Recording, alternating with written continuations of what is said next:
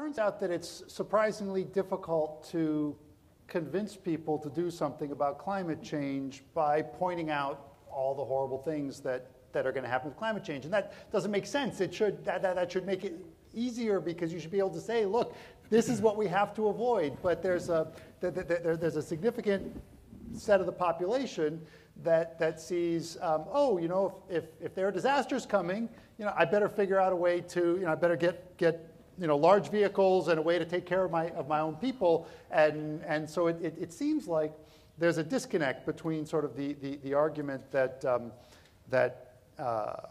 here's what we know is coming and here's how, you know, we can fix it, and maybe that's something that we need to figure out better ways of communication, but it may also be that we're ready for, you know, to reframe the issue a little bit. And, you know, one thing that Rob talked about was the idea that, you know, coal and gas and so on aren't clean, right?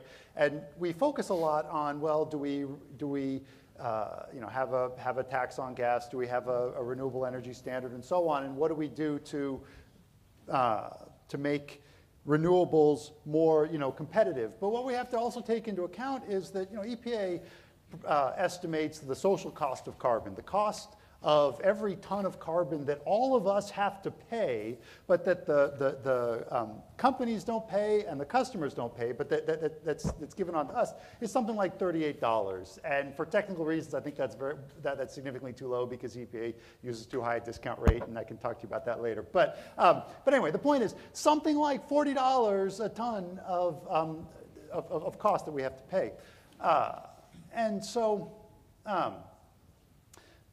So I think that, well, if you think about it, let's say I you know, have a business where I'm selling you know, televisions, right? And I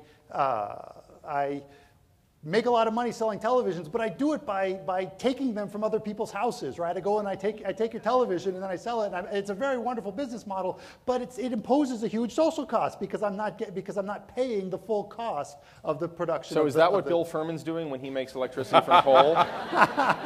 Bill Furman is stealing your televisions. Not at all. No, but the point is that's what we're doing when we sell carbon. Okay.